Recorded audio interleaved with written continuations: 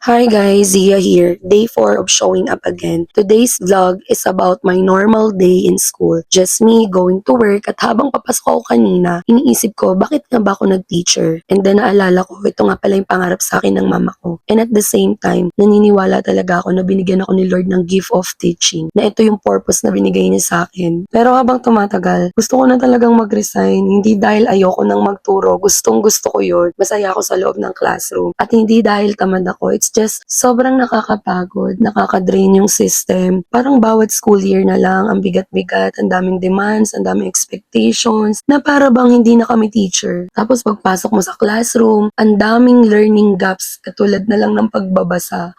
Paano ko ituturo sa students ko yung science kung hindi nila naiintindihan yung binabasa nila o kaya kung hindi naman nila kayang basahin? So there are days na nag-overthink talaga ako at kino-question ko yung sarili ko na, di ba ako marunong magturo? Hindi ba ako magaling? Ako ba yung problema? And honestly, hindi ko alam yung sagot sa mga yan. Habang ginagawa ko tong vlog na to, naalala ko lang yung nabasa ko sa 2 Corinthians chapter 12 verse 9. Sabi doon, "My grace is sufficient for you, for my power is made perfect in weakness." Hindi ko alam kung hanggang kailan ako magiging teacher. Maybe I don't need to have everything figured out today, and maybe I don't need to love every single day of this job, because maybe today, grace is enough. Again, my name is Zia, and Zia again on my next vlog. Annyeong!